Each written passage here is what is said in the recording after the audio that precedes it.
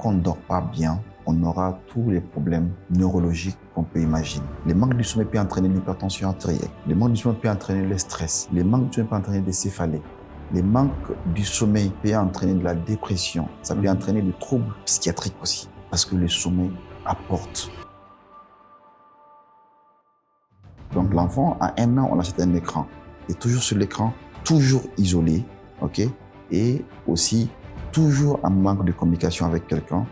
Et dès qu'on prend le téléphone, il devient énervé, agité. C'est ça. Et du coup, ça impacte sur le retard de langage. Mais est-ce qu'on peut dire qu'en réalité, le téléphone rend l'enfant plus bête, moins intelligent? Moi, je peux dire que... Juste avant de commencer, si vous aimez ce qu'on produit chez Excellence, vous pouvez gratuitement nous soutenir en vérifiant si vous êtes abonné à la chaîne. Sans plus tarder, je m'appelle Hamid Bizo et bienvenue sur Excellence. Docteur Zakaria, merci d'avoir accepté notre invitation. Merci beaucoup, surtout à vous de m'avoir invité sur cette émission. Bon, le plaisir est le nôtre. À chaque fois que je reçois un médecin ici, j'aime bien lui poser la question, pourquoi avoir choisi la médecine pour commencer? Alors, pourquoi la médecine? Pourquoi pas l'armée? Pourquoi pas autre chose? Moi, j'ai jamais voulu être médecin dans ma vie. Je pense que c'est la réponse la plus idiote que je veux dire. Pourquoi? Parce que après le bac, moi, dans mes projets, c'est de faire être un expert comptable. Ah, bah oui. Mais juste après le bac, j'étais en vacances et j'ai un pote qui disait bah, écoute, je voyage si on va remplir les fiches d'orientation, tu mets fac d'éco et puis voilà et puis je vais continuer. Et comme il voulait qu'on soit ensemble, et du coup il a mis médecine. Il a fait ça pour vous? Ouais. Ok. Et à la rentrée, moi, elle me disait, mais pourquoi médecine? Moi, j'ai pas de médecin. Bon, écoute, les parents, c'est la médecine, c'est noble, écoute, va tenter.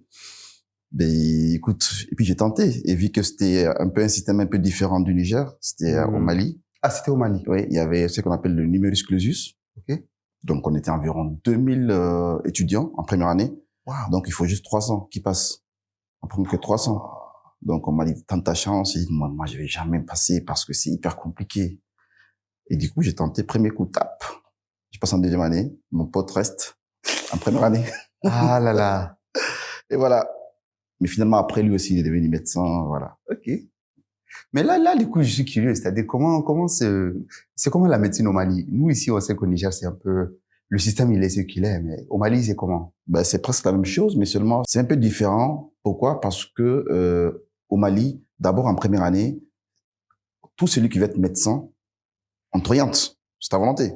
Okay. Puis maintenant, quand tu viens en première année, là, c'est hyper sélectif. C'est là où on fait la sélection. Alors que ici, je pense que c'est après le bac, c'est avec les notes du bac qu'on sélectionne et avec l'âge aussi. Oui. Je pense, et puis le nombre d'années de redoublement. Oui. Et au Mali, deuxième année, c'est le même cursus dans le système OAS, mais seulement au Mali, à partir de la 6e année, c'est fini, il n'y a plus d'études. En 7e année, c'est le stage. Ah oui, même ici, c'est comme ça. En 7e année, c'est le stage, mais tu peux soutenir en 7e année au Mali. Moi, je suis né étant en 7e année. Wow. J'ai commencé en 2005-6 et je suis né en 2013. Ça me fait 7 ans. Alors, je pense que mais attendez, avant de passer aux questions du public. C'est-à-dire, vous, on vous a orienté. On m'a orienté. Oui, mais après, vous êtes tombé amoureux de la médecine ou bien vous n'avez pas voulu laisser tomber après?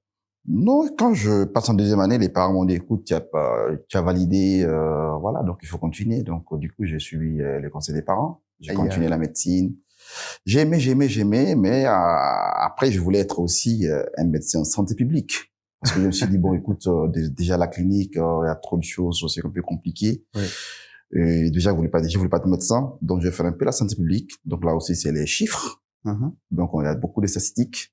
Donc ça, c'est un peu rapproché de l'expert comptable, si je veux dire.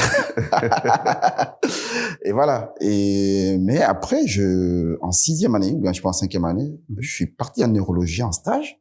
Comme ça, on m'a orienté et je suis tombé sur un maître, professeur Youssoufa Meiga, que je remercie avec votre chaîne, et qui m'a fait aimer la neurologie. Et du coup, je fais 180 degrés pour retourner vers la clinique. Wow. Et là, je suis devenu neurologue. Machallah. Alors, vous êtes le médecin spécialiste du cerveau, du système nerveux et tout. Ok, pour commencer déjà, c'est quoi un neurologue dans vos propres termes?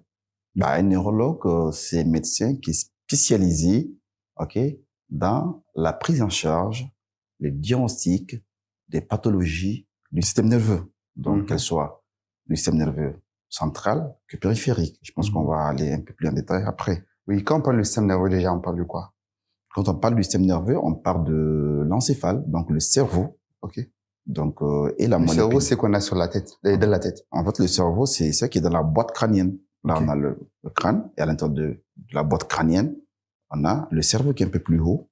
Ok. Et en face, vous avez genre l'orbite pour les yeux, les narines et puis la bouche. Voilà. Et la moelle épinière, c'est ces petits cerveaux qui quittent depuis la tête jusqu'au niveau de notre dos, dans la colonne vertébrale, et aussi les nerfs qui quittent de cette moelle épinière pour aller vers les muscles. Donc le neurologue, il s'occupe non seulement des maladies du cerveau, de la moelle épinière, des nerfs périphériques, de la jonction entre ces nerfs et puis ces muscles, et puis les muscles eux-mêmes. Donc c'est tout, ça englobe tout ça.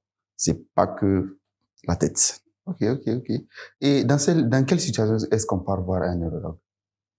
En général, c'est surtout un médecin qui oriente les médecins généralistes, les médecins traitants ou bien un autre médecin spécialiste qui a consulté un patient et qui voit qu'il y a un problème neurologique ou bien un symptôme neurologique. Il adresse vers le neurologue. Mais parfois, il y a des patients qui, maintenant, à travers, bien sûr, l'IA, les Google, tout ça, je pense qu'ils vont s'informer directement à travers leurs symptômes et puis diriger vers le neurologue. Donc, c'est surtout les céphalées, les maux de tête, les crises d'épilepsie, les douleurs, quelle que soit la douleur neuropathique, les fourmillements, les picotements, genre souvent des douleurs lombaires, souvent des tremblements. Donc, il y a tellement de symptômes, ils sont vraiment variés et multiples pour aller voir un neurologue. Mais en général, ce qui est conseillé, c'est d'avoir d'abord un médecin généraliste. Dans les cas non urgents, bien sûr. Mais dans les cas urgents, c'est directement, il faut aller à l'hôpital. Mais dans les cas Quels sont les cas urgents, par exemple? Les cas urgents, c'est que, brutalement, quelqu'un qui présente un déficit moteur, un côté qui est paralysé. Donc, les gens, par exemple, qui sont là, mais la main droite et le pied droit ne marchent pas. Tout de suite, brutalement, d'une seconde à l'autre. Là, c'est une urgence absolue. Il faut aller à l'hôpital. Ça peut être un AVC, ça peut être autre chose. Il faut directement voir le neurologue. Non, là, vous partez directement aux urgences. D'accord. Ou bien, dans les pays où c'est un peu développé, vous appelez le SAMU, ou bien les pompiers. Ils viennent vous chercher à la maison. Ils appellent le neurologue de garde de l'hôpital de leur région. On l'amène. Mais je pense au Niger, c'est pas trop développé. Et du coup, ça, il faudra, soit que les parents, ou bien la famille, transporte le patient à travers soit un véhicule privé, un taxi, pour l'amener dans les hôpitaux. Ok. Mais alors, on parle de neurologue, on parle de neurochirurgien. Il y a des gens qui me posent des questions, mais c'est des questions qui sont plus orientées vers le psychiatre. Alors, c'est quoi concrètement la différence entre le neurologue, le neurochirurgien et le psychiatre? En fait, il y a une différence entre les trois. Si je prends entre neurologue et puis neurochirurgien, les neurologues, c'est le spécialiste de la médecine qui s'occupe de toutes les pathologies du système nerveux, comme je l'avais dit, central que périphérique, et qui traite ces pathologies à travers des médicaments. Ok, des médicaments, des perfusions, tout ça. C'est ça, les neurologues. Ok. Mais quand on est neurochirurgien, il est limité à prendre une partie des pathologies neurologiques seulement chirurgicales. Donc seulement qui nécessitent une opération. Qu'il faut aller enlever quelque chose dans la tête. Donc, il y a des tumeurs, par exemple. Quand il y a des tumeurs, quand il y a du sang versé dans le cerveau, souvent qui est très volumineux, il faut le neurochirurgien. Ok. Mais également, je vais peut-être un peu lever une confusion qui est faite ici au Niger. Je pense que c'est surtout nos aînés ou bien les étudiants que je reçois toujours en stage. Ils pensent qu'un neurologue, un neurochirurgien, c'est un neurologue qui a fait 4 ans et qui a fait 1 an de chirurgie. C'est carrément différent, en fait. On agit sur le même cerveau, mais on n'a pas les mêmes pathologies. C'est carrément différent. Donc, un neurologue ne peut pas exercer la fonction d'un neurochirurgien. Un neurochirurgien ne peut jamais exercer la fonction d'un neurologue. Donc, mais nous sommes Donc, vous complémentaires. traitez des choses complètement différentes. Souvent, ouais, C'est toujours le même cerveau, mais c'est des pathologies différentes. un peu différentes. Souvent, on s'est rejoint souvent sur quelques pathologies, telles que les tumeurs qu'on diagnostique souvent, ou bien souvent des hernies discales, qu'on diagnostique, et puis aussi c'est chirurgical. S'il faut aller opérer, on les envoie. Mais dans certaines pathologies comme la migraine, comme d'autres pathologies classiques, les neuropathies périphériques, déjà ils savent pas le diagnostiquer. Mais c'est quoi une neuropathie périphérique? En fait, les neuropathies périphériques, c'est une atteinte du système nerveux périphérique, donc tout ce qui est nerf qui quitte depuis la moelle épinière pour aller vers les muscles et aussi les tendons. Donc ça va donner des fourmillements, des picotements, des décharges que les patients sentent, mais souvent des paralysies, des déficits moteurs qui s'installent des fois. Des fois, on a la main qui tremble toute seule. Bon, ça, c'est autre chose. Je pense que c'est la main qui tremble tout de suite. Ça va dans les tremblements, ce qu'on appelle les mouvements normaux. OK. Donc, ça, c'est un autre domaine de la neurologie qui est assez vaste et où il y a des médecins qui s'occupent que des mouvements normaux, en fait. Ah, d'accord. Ça existe partout. Mais ici, pour l'instant, là-bas. Pour les psychiatres, avant, la neuropsychiatrie était associée. C'était vraiment une spécialité unique. On appelle la neuropsychiatrie. D'ailleurs, dans certains pays comme le Congo, Kinshasa, chez les Kinois, je pense, actuellement, ils continuent à faire le DES de neuropsychiatrie. Donc là, ils sont des neurologues, psychiatres, mais il y a une grande différence. Pourquoi? Parce que les neurologues, lui, ils s'occupent des pathologies neurologiques, surtout liées à des lésions du système nerveux. Parce qu'il y a une atteinte, une lésion, ce qu'on appelle somatique. Okay? Maintenant, les psychiatres, lui, s'occupent surtout de troubles mentaux, okay? De troubles du comportement, qui ne sont pas expliqués par une lésion structurelle du système nerveux, donc du cerveau. C'est quoi une lésion structurelle du cerveau? C'est une lésion où, quand on fait un scanner, on voit qu'il y a une anomalie du cerveau, on voit une tache. Ah, d'accord. Donc voilà. OK. Mais c'est des troubles qui sont liés surtout à un problème de dysfonctionnement de la communication entre les neurones, mais aussi qui sont surtout liés à un problème probablement social, des stress, tout ça qui déclenche. Bien parfois, il y a d'ordre génétique aussi chez les patients qui développent des troubles mentaux. OK. Donc je pense que ça c'est carrément la psychiatrie et la neurologie, elle s'occupe des maladies qui sont purement neurologiques et qui sont d'ordre lésionnel. OK. D'accord. Je pense que quand même la distinction elle est assez claire maintenant. Là c'est clair. Mais pour ceux qui n'ont jamais mis pied dans une faculté de médecine, pour ceux qui n'ont jamais ouvert un livre de médecine ou de neuro, à quoi ressemble le cerveau? Le cerveau dont on parle tout le temps. À quoi est-ce que ça ressemble? C'est quoi? Comment est sa texture? En fait, le Comment est-il cerveau, constitué? Oui. quand vous prenez le cerveau sur une masse, quand on prend une masse qui a une forme un peu ovoïde, grisâtre, et qui est plissée, ok, plissée, comme si vous prenez du tissu froissé, en fait. Quand, vous voyez, quand vous prenez le cerveau, il y a des petits, il y a des petites crevasses, voilà. il y a des petites lignes qu'on voit. Voilà. Donc, c'est comme si du tissu qui est froissé et qui est composé de deux grandes parties. OK? Donc, c'est ce qu'on appelle, l'hémisphère droit. Donc, c'est le cerveau divisé soit le cerveau droit et le cerveau gauche. Et les deux sont liés par des fibres ou des neurones ou bien, des fils qui ont du périsphéncier, okay, qu'on appelle le corps calleux. OK? Et, en fait, ce sont ces plissements-là, ces sillons-là, qui partagent le cerveau en plusieurs parties, qu'on appelle les lobes. Ah, okay? d'accord. Donc, il y a le lobe frontal qui est un peu plus en avant, ok? Après, il y a le lobe temporal. Le lobe frontal, il sert à quoi? Le lobe frontal, en fait, c'est surtout ce qui est comportement, jugement, motricité. C'est là où naissent, en fait, les faisceaux pyramidaux. En fait, c'est les faisceaux qui gèrent la motricité volontaire. Donc, la parole, tout ça, c'est le lobe frontal, en fait. Donc, si je fais ça, en réalité, c'est le lobe frontal qui a géré. Ouais, parce que tu voulais faire ça, donc du coup, l'information est partie au cerveau et le cerveau a commandé ta main de bouger. En fait, c'est ça. Donc, c'est tellement ultra rapide. Donc, c'est un centre traiteur ultra rapide qui reçoit les informations. En même temps aussi, il donne des ordres et qui se passe en un clin d'œil moins de pas seconde, mais je sais pas, qu'est-ce qu'il y a, tierce, mais. Oui. Voilà. C'est instantané, quoi. C'est plus qu'instantané. En fait, c'est tout de suite. OK. Je vais faire ça, je le fais.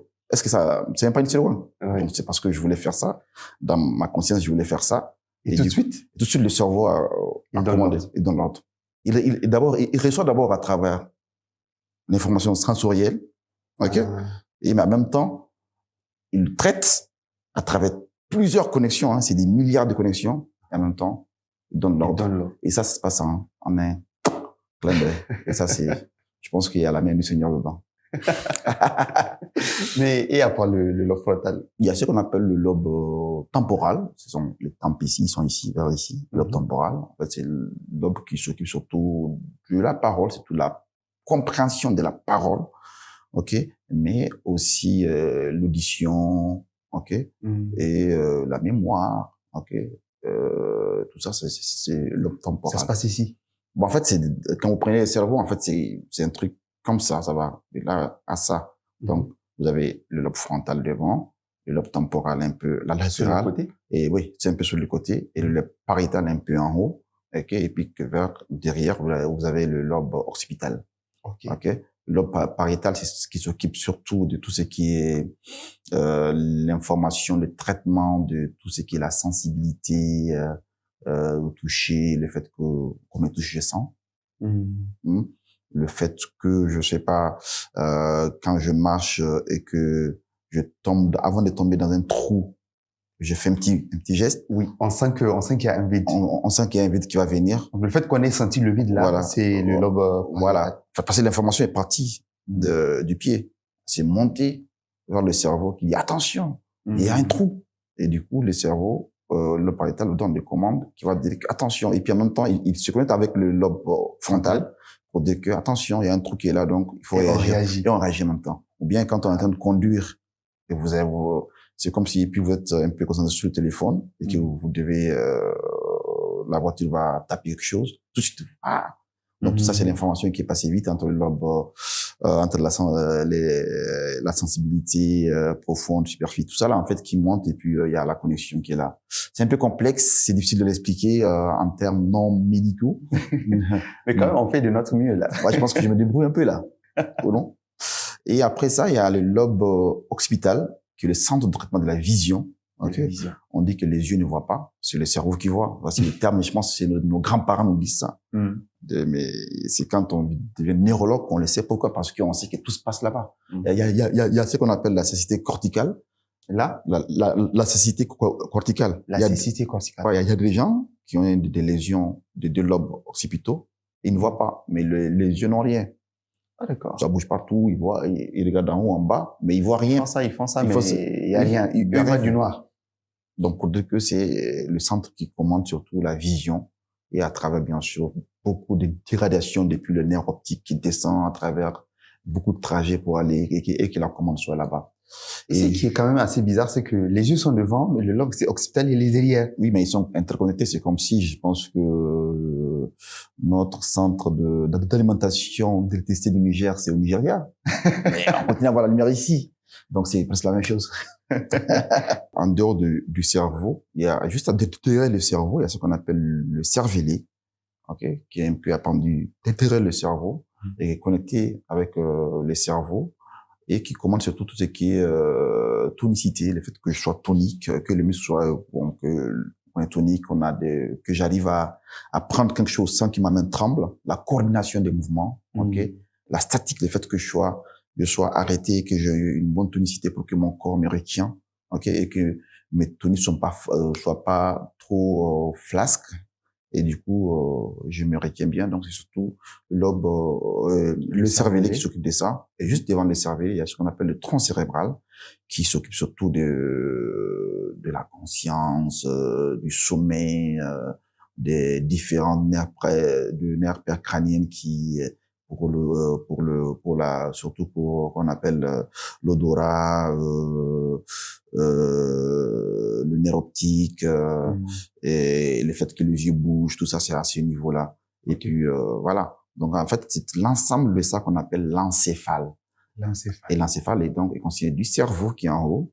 Et en derrière, vous avez le cervelet et le tronc cérébral. Mais tout ça communique ensemble.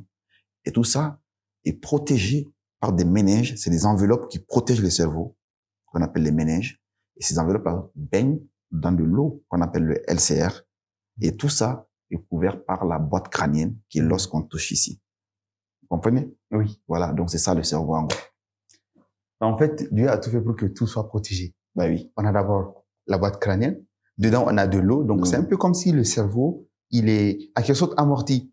Et si, par exemple, il y a quelque chose qui vient là d'un coup, au lieu que le cerveau cogne sur la boîte crânienne, l'eau qui est dedans, elle amortit un peu le... Oui, elle amortit un peu comme on appelle l'impact, mais quand c'est un impact qui est très fort aussi, ça entraîne des lésions, telles que le commotion cérébrale, telles que ce qui est un traumatisme crânien. Donc, c'est des choses qui arrivent, mais quand c'est très fort, ça va donner des impacts et puis ça va donner des lésions du cerveau ou bien je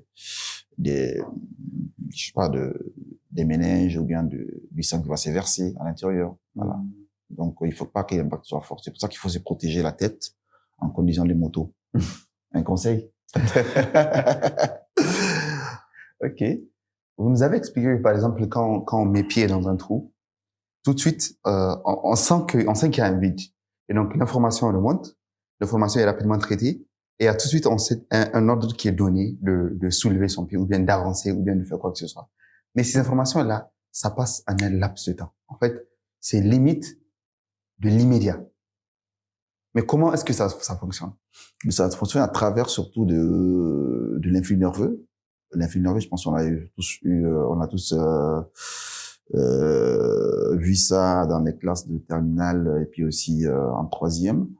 Et ces influx nerveux aussi communiquent à travers des messagers chimiques qu'on appelle les neurotransmetteurs et qui se communiquent rapidement et que l'influx passe flash de temps et ça passe l'information du pied à la tête et la tête au pied. Ok. Mais entre nous, par exemple, il y a des gens qui ont fait la série A. La série A, on leur fait pas tellement la science, c'est pratiquement de la littérature. Alors, ils n'ont pas fait l'influx nerveux, ils n'ont pas fait tout ça, neurotransmetteurs.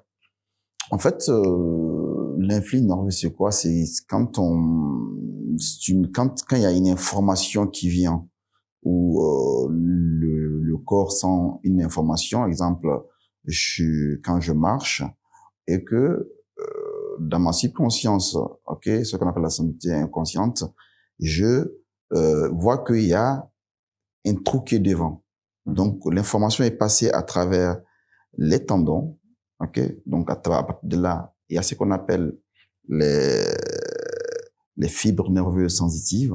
Donc c'est des grosses fibres qui reçoivent l'information à travers les récepteurs, ok. Et ces récepteurs traitent l'information, ok, et puis le transmet à travers les différents, à travers les nerfs, bien sûr, qui quittent depuis des pieds jusqu'au niveau de la moelle épinière. C'est un peu comme des chemins. Voilà, c'est un peu le chemin. Et de la moelle épinière, ça vient du nerf périphérique jusqu'à la moelle épinière. Ça, c'est le premier motoneurone. C'est le premier, on peut la première voie. Après, maintenant, ça passe au niveau de la moelle épinière. Et la moelle épinière passe l'information directement au niveau du cerveau, ok, à travers le thalamus. Si c'est un truc sensitif.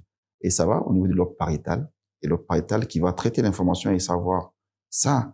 En fait, il faut une réponse motrice, il faut une réponse, je sais pas, cognitive, il faut répondre à travers une réponse verbale, un truc comme ça. En tout cas, ça dépend de l'acte et du coup qui communique avec le lobe qui s'occupe de cette information et donne des ordres en même temps. Et tout ça se passe vraiment, comme tu l'as dit, à l'immédiat, moins de quelques secondes ou moins d'une seconde. Et du coup, ça passe vite, c'est plus que le courant. Alors, il y a un membre de la communauté qui a posé une question. Il demande, est-ce que c'est notre cerveau qui contrôle aussi nos humeurs? Bien sûr, le cerveau qui contrôle l'humeur à travers, bien sûr, ce qu'on appelle le cerveau émotionnel, ok, qui est le système limbique. Système limbique qui est constitué de plusieurs petits organes, tels que l'amygdale, l'hypothalamus, l'hippocampe, ok. Et à partir de là, à partir de chacun de ces éléments du système a un rôle à jouer, ok. Et exemple, quand on prend, comme on appelle l'hippocampe, qui va s'occuper surtout de l'enregistrement et également de l'emmagasinement de la mémoire, ok, mais également aussi les amygdales qui vont s'occuper surtout de tout ce qui est peur ou bien humeur, tout ça.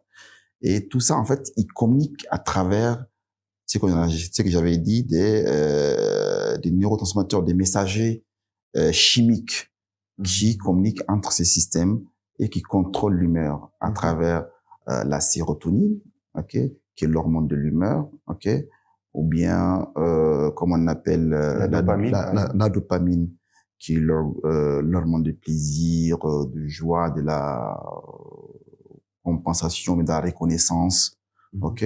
Et du coup, c'est à travers ce système-là que l'émotion, donc quelle que soit l'émotion, l'humeur, le saut d'humeur, vraiment c'est à travers ces systèmes limbiques-là qui est situé dans une partie profonde du cerveau et qui se communiquent entre eux. Et à travers la vie sociale, tout ce qu'on a comme stress, tout ça, donc du coup, bien, ce qu'on a vécu depuis l'enfance, facilement, il peut y avoir un déséquilibre entre ces neurotransmetteurs-là, une baisse de la sérotonine, une baisse de la sécrétion de ces neurotransmetteurs-là qui peut entraîner souvent surtout l'humeur, le trouble de l'humeur, la dépression, le trouble du comportement, voilà. Et vraiment, c'est un peu complexe, mais en gros, je pense que c'est un petit résumé que je peux faire. Ou par exemple, ces derniers temps, c'est un truc qu'on voit beaucoup, avec surtout l'utilisation du téléphone et des réseaux sociaux. Donc, le fait qu'on utilise tout le temps les réseaux sociaux, il y a ce système dopaminergique, enfin, la dopamine qui est créée chez nous, et ça crée une sorte de dépendance au téléphone. Est-ce que c'est toujours le cerveau? Bien sûr, c'est toujours le cerveau. C'est-à-dire que là, vous voulez me poser la question pour dire est-ce que le téléphone a un impact sur le cerveau? Bien sûr que les téléphones ont un impact sur le cerveau, mais c'est l'utilisation excessive qui va impacter. Pourquoi l'utilisation excessive va impacter sur le cerveau? Parce que déjà avec la lumière, l'écran, donc surtout la lumière bleue, ça va désactiver bien sûr la sécrétion de ce qu'on appelle la mélatonine, qui est l'hormone du sommeil, qui amène qu'on dorme. Ok. Et le fait que à chaque fois il y a une notification qui vient, on a envie d'aller voir c'est qu'est-ce qui est venu, il y a quelle information qui est là, ok. Et du coup ça va créer ce qu'on appelle une dépendance et également aussi un trouble du sommeil et un trouble de l'attention parce que la personne ne va pas être attentionnée ni concentrée à son travail ou bien en tout cas à l'activité qu'elle est en train de faire parce que à tout moment il y a un petit clic du téléphone et déconcentré, il va aller vite voir et du coup ça va impacter sur non seulement sur la concentration, sur l'attention et du coup ça va impacter aussi sur la mémoire. Pourquoi? Parce que on était toujours concentré à faire ça. Donc, tu n'es pas concentré à faire ton travail, à ton activité. Donc, du coup, tu n'es pas concentré à enregistrer les nouvelles informations ou bien ce que tu es en train de faire. Et parfois, à long terme, ça peut même entraîner des troubles cognitifs, des troubles des fonctions supérieures majeures. Et donc, vraiment, les téléphones, je parle de l'utilisation excessive. Voilà. Et là, je vois, par exemple, il y a des pays où ils limitent l'accès au téléphone pour les moins de, je pense, c'est les moins de 13 ans ou les moins de 16 ans. Ouais, est-ce que vous pensez que c'est une bonne chose et que c'est un truc qu'on peut peut-être essayer à notre niveau? Ben oui, c'est une bonne chose. Pourquoi? Parce que déjà, chez nous, dès que l'enfant a moins d'1 an, on achète une tablette. C'est ça, oui. C'est grave ça. Pourquoi? Parce que la majorité des patients, des enfants qu'on reçoit en consultation qui ont un retard de langage, quand on a fait l'étude, on a vu que presque la totalité, ou bien presque en tout cas, 75% de ces patients ont une utilisation excessive aux écrans. Donc, l'enfant, à 1 an, on achète un écran. Et toujours sur l'écran, il ne joue pas avec ses camarades. Et toujours, il parle pas avec quelqu'un. Toujours dans sa chambre, en train de jouer. Toujours au salon, en train de regarder la télé. Donc, il n'y a pas de communication. Donc, le cerveau, les neurones ne sont pas interconnectés. Et du coup, il n'y a pas de jeu de société, il n'y a pas de jeu d'enfant où tu sors dehors, tu cours, tu joues avec les cousins, les frères, les voisins du quartier, tout ça. Et c'est tout ça là qui va apporter, bien sûr, que l'enfant va apprendre à parler. Ça aide l'enfant à parler. Certes, il va parler naturellement, mais le fait qu'il va être toujours sur l'écran, toujours isolé, ok, et aussi toujours en manque de communication avec quelqu'un. Et dès qu'on prend le téléphone, il devient énervé, agité. C'est ça. Et du coup, ça impacte sur le retard de langage. Et ça, c'est quelque chose qu'on peut traiter. Et je pense avec les orthophonistes maintenant, il y a déjà un programme qui est là, qu'ils ont étudié lors de leur cursus. Donc, du coup, la première des choses, il faut couper l'écran à l'enfant. Tout de suite. Et vous allez voir que on le met dans la société et les week-ends, on l'amène jouer avec ses cousins, ses cousines et il va jouer avec eux, il communique avec eux, ils vont l'insulter, ils vont crier sur l'enfant, tout ça. Et tu vois, l'enfant va vite apprendre à parler. Mais est-ce qu'on peut dire que, en réalité, le téléphone rend l'enfant plus bête? C'est moins intelligent? Moi, je peux dire que, en gros, oui, parce que c'est pas parce que l'enfant peut aller sur YouTube, chercher, je sais pas, une vidéo, regarder, parce que la majorité des mamans que je reçois en consultation, elles me disent non, elle est très intelligente parce qu'elle peut aller jusqu'à sur YouTube, elle prend une vidéo qui est assez loin, elle regarde ça. Je pense que ça c'est pas de l'intelligence, ça c'est ce qu'on appelle, c'est la procédure, c'est la mémoire procédurale. Quelque chose qu'il a l'habitude de faire. Au début, c'était un peu difficile pour lui. Et il a appris à faire ça plusieurs fois. Donc, du coup, ça reste dans le cerveau, c'est mémorisé. Et du coup, ça vient facilement. Mais ça, ce n'est pas de l'intelligence, quand même. C'est pas de l'intelligence, c'est comme conduire. Au début, pour conduire, c'est difficile. Quand on prend, pour mettre la vitesse, mais après un mois, ça devient un réflexe, on roule comme ça. Voilà, mais pourquoi? C'est parce que c'est ancré dans les cerveaux. Donc, je pense pas si c'est de l'intelligence, mais ça crée quand même l'enfant un peu abruti. Mais je pense qu'il faut créer cette ambiance autour de l'enfant où surtout il y a les jeux de société, il y a le jeu de main, il y a le jeu de construction de maison, il y a le jeu avec les autres enfants, ok? Il y a la communication avec les parents. Et après, peut-être à 5-6 ans, oui, on peut lui donner une tablette. Peut-être, oui. Moi, mon enfant, c'est quand elle a eu 7 ans que je donne une tablette. Ok. C'était je pense, il y a 2 semaines, 3 semaines. Mais alors, est-ce que le téléphone, l'usage excessif du téléphone, a aussi un impact, en fait, chez les adultes? Je pense que c'est les deux cas. Parce que chez les adultes, c'est ça qu'on veut l'expliquer. Ça crée surtout la dépendance, trouble de la concentration, ça stresse, trouble du sommeil. Et quand il n'y a pas le sommeil, il n'y a pas de repos. Quand il n'y a pas de repos, c'est-à-dire que le cerveau se repose pas. Quand le cerveau se repose pas, c'est-à-dire que les informations qu'on doit garder pour votre vie quotidienne ou pour le travail vont pas rester parce que c'est pendant le sommeil que le cerveau encode et puis aussi enregistre tout ce qu'on a appris lors de la journée, qui peut être utile pour nous, pour notre travail, pour ce qu'on fait, pour les études. OK? Donc, mais quand c'est excessif, ça impacte. Mais quand c'est modérément et classique, je pense qu'il n'y a pas d'impact, c'est parce que c'est un partenaire de vie, le téléphone. On peut pas vivre sans le téléphone. Oui. Actuellement. Parce que. En tout cas, c'est pas évident. C'est pas évident. Oui. Parce que le monde, il a avancé et ce n'est plus les anciens temps où, par exemple, on s'envoie des lettres et tout. Oui. Maintenant, l'information, c'est un instantané. C'est tout de suite, on se renseigne sur ce qui se passe au Bénin, etc., etc. C'est important le téléphone, mais quand c'est excessif, c'est trop. Surtout avec les réseaux sociaux. Mais quand c'est instructif aussi, ça te guide dans ta vie. Les heures de prière, tes rendez-vous, te rappelles quelque chose, tu mets des notes, des réunions via WhatsApp, des réunions via Zoom, tout ça, via Teams, tout ça. Mais si c'est, ou bien parfois des webinaires où tu es dans un taxi, en train de voyager, tu regardes une vidéo déjà enregistrée d'un webinaire, ou bien des réunions qui étaient enregistrées, que tu veux réécouter pour faire ton rapport. C'est important. C'est un partenaire de vie, c'est un partenaire de travail. Mais c'est pas fait que pour les réseaux sociaux. C'est juste un temps, on passe, on regarde, on déstresse un peu plus. Donc, en fait, c'est les réseaux sociaux qui sont néfastes. Si j'ai bien compris. Non, les réseaux sociaux, ça peut être néfaste quand c'est excessif. Ou bien quand c'est utilisé au mauvais sort. Donc, c'est l'excès, en fait, qui est un problème. C'est l'excès. D'accord. Voilà. Je vous arrête une petite minute. Si vous appréciez la qualité de cet épisode d'Excellence Podcast, que ce soit le son, l'image ou l'identité visuelle, sachez une chose. Tout est fait maison. Ce podcast est une production originale de Adax et ce niveau d'exigence qu'on s'applique à nous-mêmes, c'est exactement ce qu'on déploie pour nos clients. Trop souvent, les entreprises séparent tout. Un freelance pour le logo, une agence pour le site web, une autre équipe pour les vidéos. Et la communication finit par partir dans tous les sens. Chez Adax, on centralise tout pour garantir votre impact. Si vous voulez lancer votre business, on conçoit votre identité visuelle complète avec les supports de communication qu'il vous faut.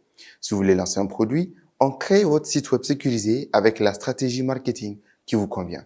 Si vous avez besoin de visibilité, on réalise vos films institutionnels, vos spots publicitaires et même vos animations et motion design. On ne vous offre pas juste un service, on devient le seul partenaire dont vous avez besoin pour votre communication.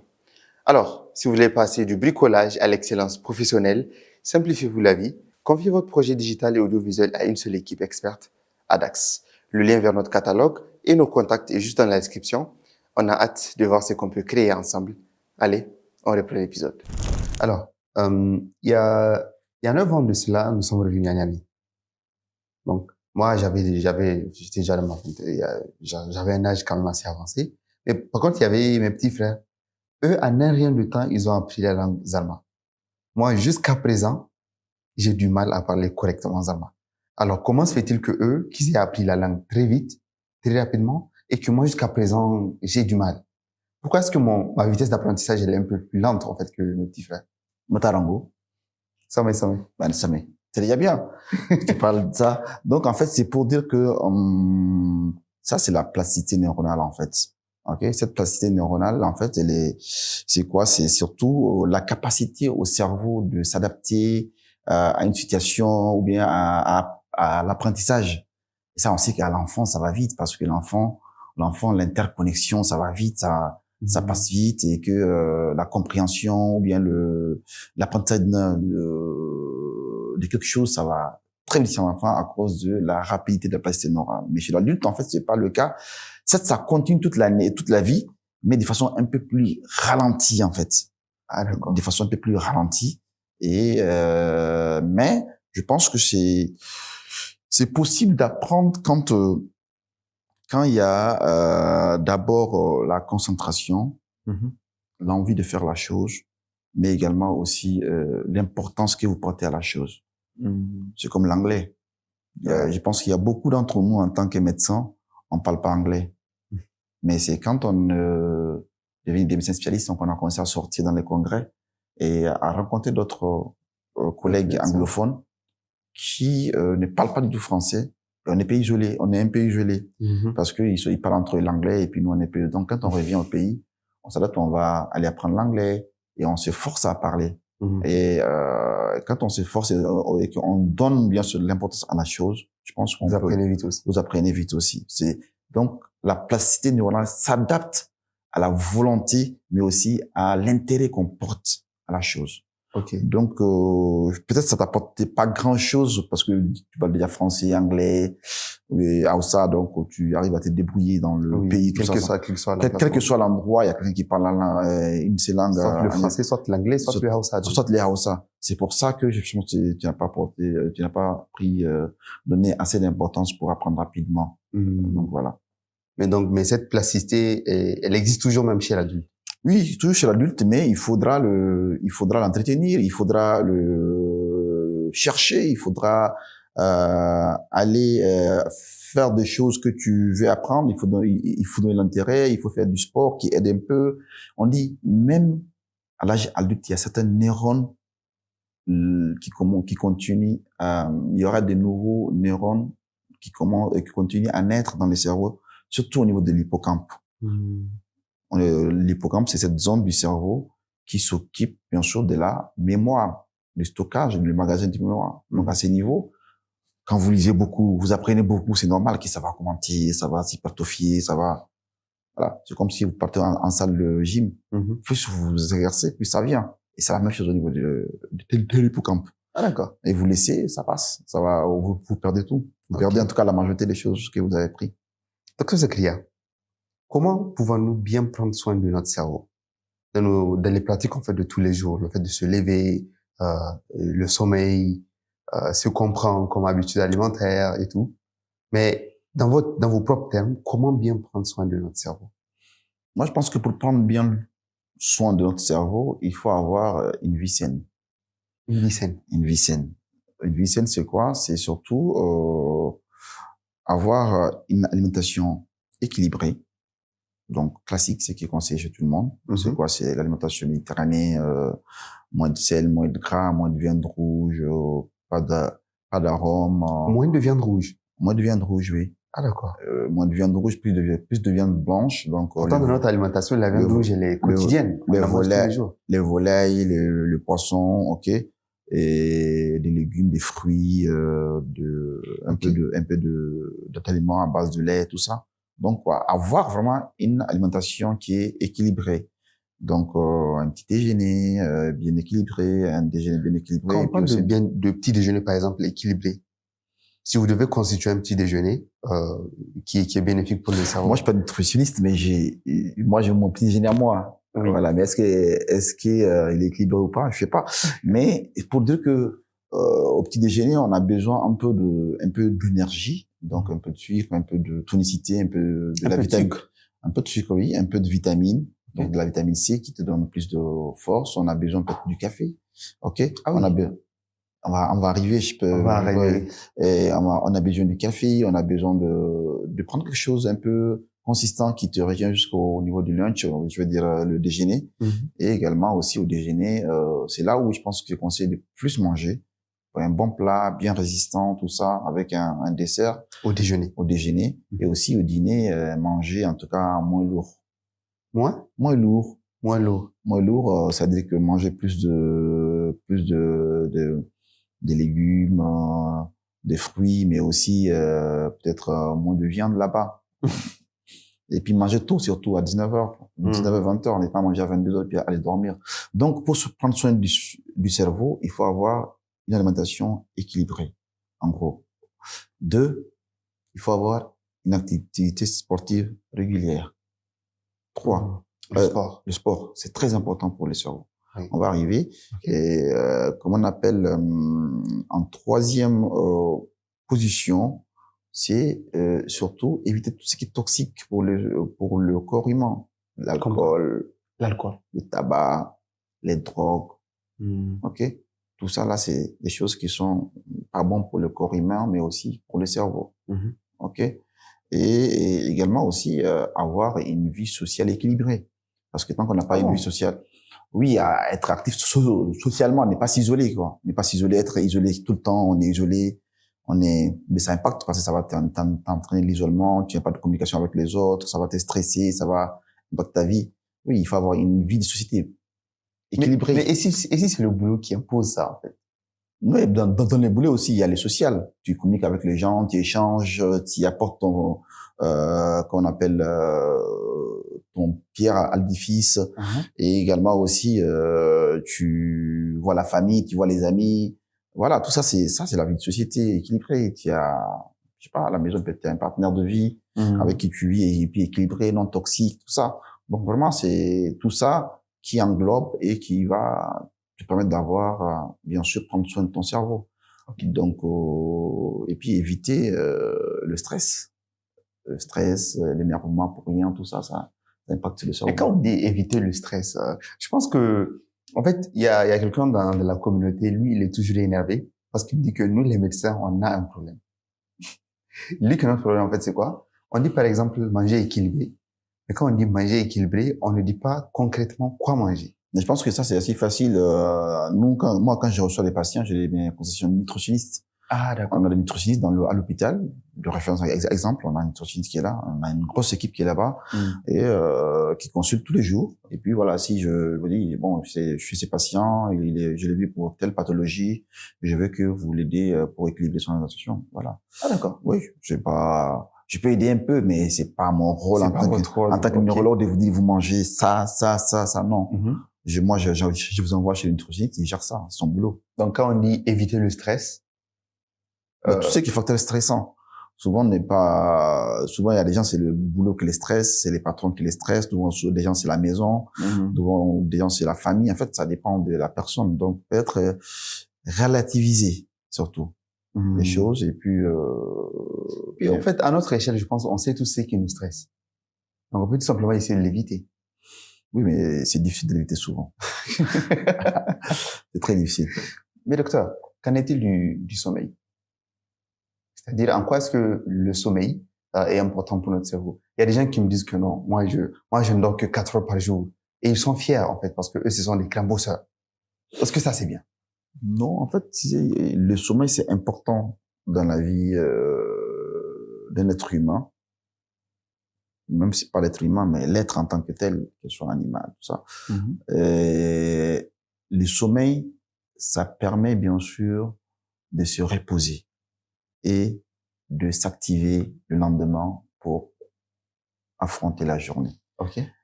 Et lors du sommeil, le cerveau, d'abord, il y a le repos physique.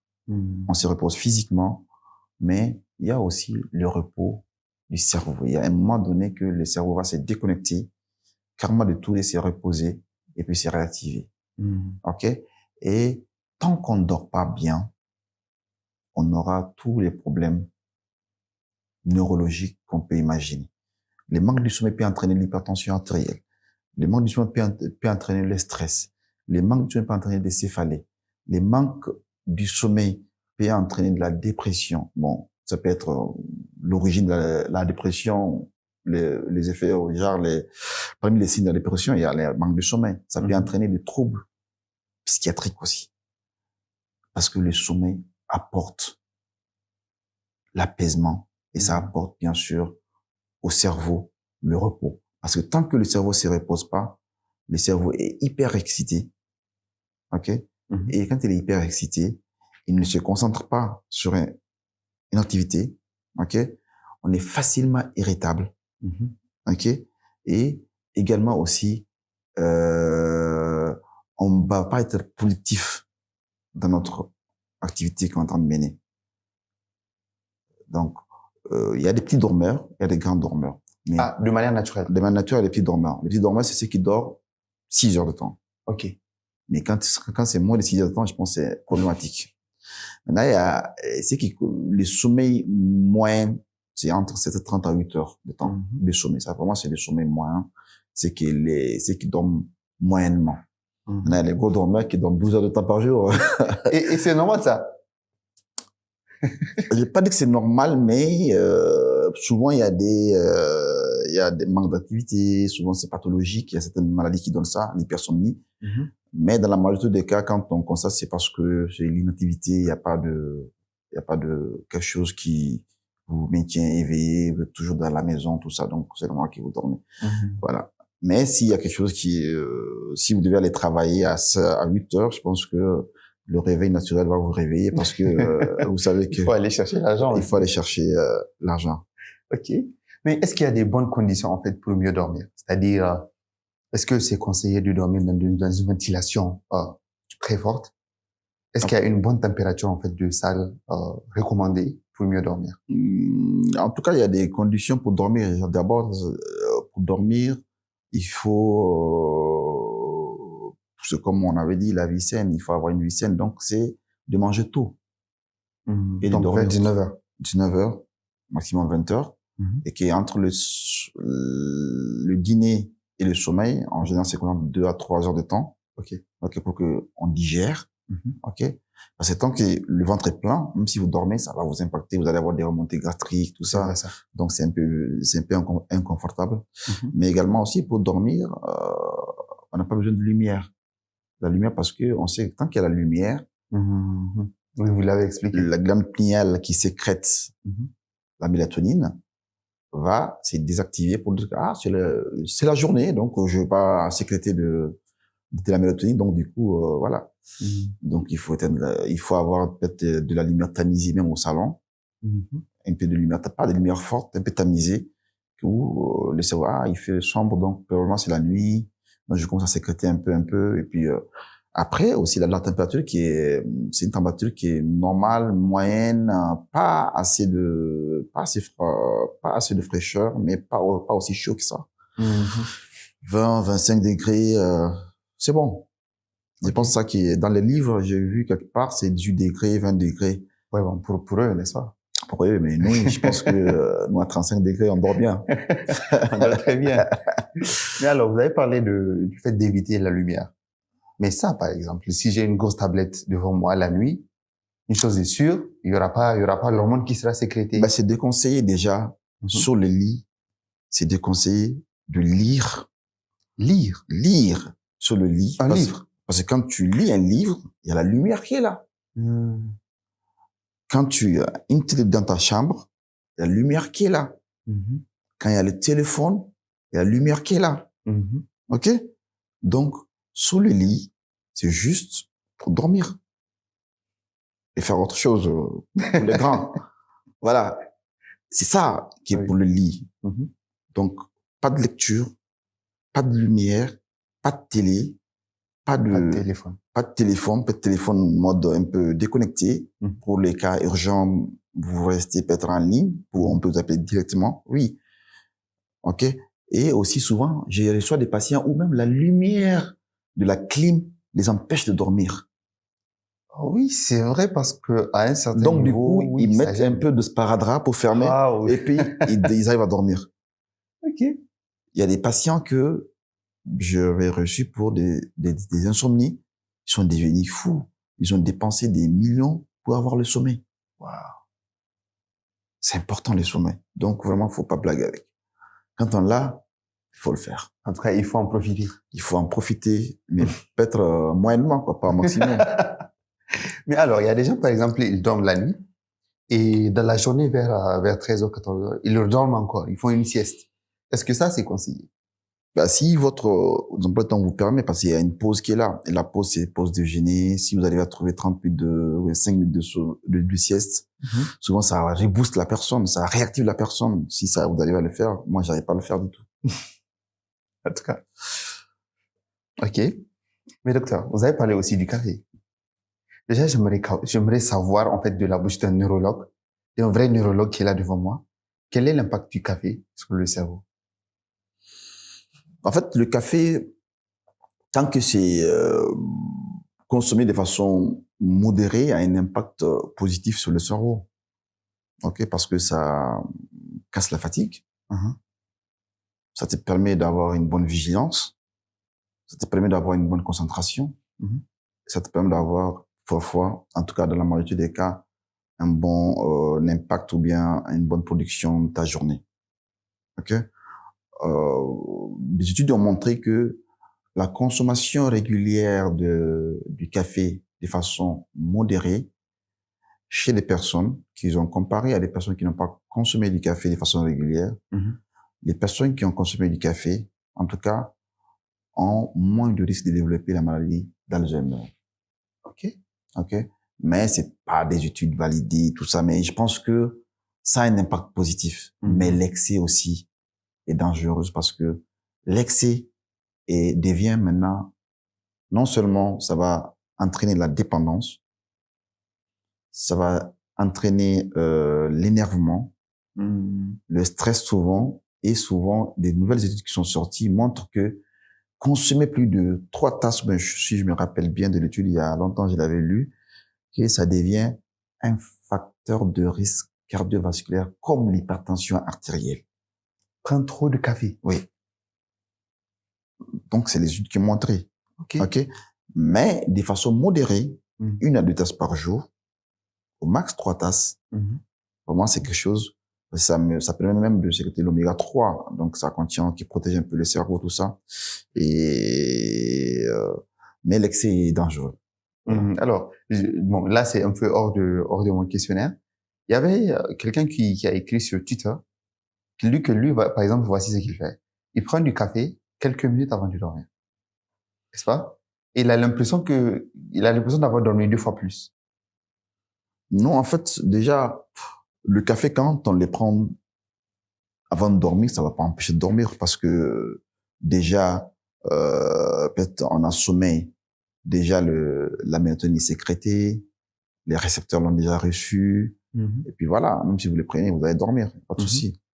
Maintenant, quand vous allez le prendre maintenant, genre à 20h ou bien à 19h, ça chez certaines personnes, en tout cas chez la majorité des personnes, ça va, la caféine va aller occuper les récepteurs des mélatonines. Donc, du coup, quand, au moment où vous voulez dormir, la glande pinéale va sécréter la mélatonine, et du coup, il va venir se promener, il n'aura pas de récepteur parce que c'est occupé par la thyne ou bien par la caféine, et du coup, la personne va avoir l'insomnie. Mais le fait qu'il le prend juste avant de dormir, oui. Je pense pas s'il y a des études qui ont montré que ça booste le sommeil. Je ne pense pas, j'ai pas vu cette étude, donc je sais pas. Donc, ce n'est pas fondé. En tout cas, j'ai pas de preuve sur ça. Ok. Docteur, est-ce qu'il y a des aliments, par exemple, que je peux prendre qui sont bons pour mon cerveau? Oui, des aliments, beaucoup de légumes, beaucoup de fruits. Bon, c'est vrai, vous n'êtes pas nutritionniste, mais en fait, c'est surtout ça, en fait. C'est donc pour dire que pour tous les corps humains, ce qui est conseillé, en fait, c'est pas seulement que pour le cerveau. Ok? Donc vraiment, c'est l'alimentation équilibrée et à base, surtout beaucoup de légumes, beaucoup de fruits, moins de viande rouge, plus de viande qu'on appelle blanche, le poisson, et puis ou bien le volailler. Même le poulet, la peau là, ça contient trop de cholestérol, la peau là qu'on aime beaucoup là. Ah d'accord. La peau qu'on aime beaucoup, ça contient beaucoup de cholestérol, donc il faut l'éviter. Ça peut créer des plaques, en tout cas qui vont se déposer sur les artères et puis entraîner des AVC, des problèmes cardiaques, tel que ce qu'on appelle l'infarctus du myocarde. Donc pour une bonne alimentation, c'est surtout une bonne hydratation. Une bonne hydratation. Ouais. Une hydratation assez équilibrée. Donc, et quand on parle d'hydratation, c'est au moins 2 litres par jour, non? C'est ça, donc une bonne hydratation et puis moins les toxiques. Moins d'alcool, l'alcool même, c'est pas... Bon. Et puis voilà, le tabac, les drogues, tout ça, c'est dangereux pour le cerveau. Ok. Mais alors, vous êtes neurologue et vous recevez plein de cas à l'hôpital. Quels sont les cas les plus fréquents que vous recevez? Bon, d'abord, en consultation, on reçoit beaucoup de céphalées. Céphalées. Ouais, c'est le premier motif de consultation en neurologie à travers le monde, les céphalées, les maux de tête. Après, il y a ceux qui viennent pour les maladies épileptiques, donc l'épilepsie, qui est une maladie neurologique, et c'est assez fréquent aussi. Après, vous avez ceux qui viennent pour le tremblement, ça va être des maladies de Parkinson, comme ce qui est Mohamed Ali a eu, le boxeur, ok. Et d'autres qui viennent aussi pour c'est ce qu'on appelle les fourmis maïssantes des douleurs, genre un peu bizarre, c'est comme si ils sentent que la main est engourdie, ils ont des fourmis qui marchent dans la main, ou bien ils ont des courants, ou bien souvent ils pensent que la sensibilité n'est pas bonne, ou bien ceux qui ont des mal de dos. En tout cas, c'est ça qu'on reçoit en conseil. Mais en hospitalisation, ce qui vient pour se faire hospitaliser, là-bas, c'est surtout les AVC AVC. Ouais, l'accident vasculaire cérébral, qui est le premier motif, en tout cas, d'hospitalisation en neurologie partout au monde. Ok. Voilà. En gros, c'est ça qu'on reçoit comme maladie. Docteur, il y a beaucoup de gens qui ont posé des questions par rapport aux céphalées. Donc, déjà, je pense qu'on va essayer d'aborder tous les aspects. Pour commencer, c'est quoi les céphalées? Qu'est-ce qui cause les céphalées, en fait, dans la tête?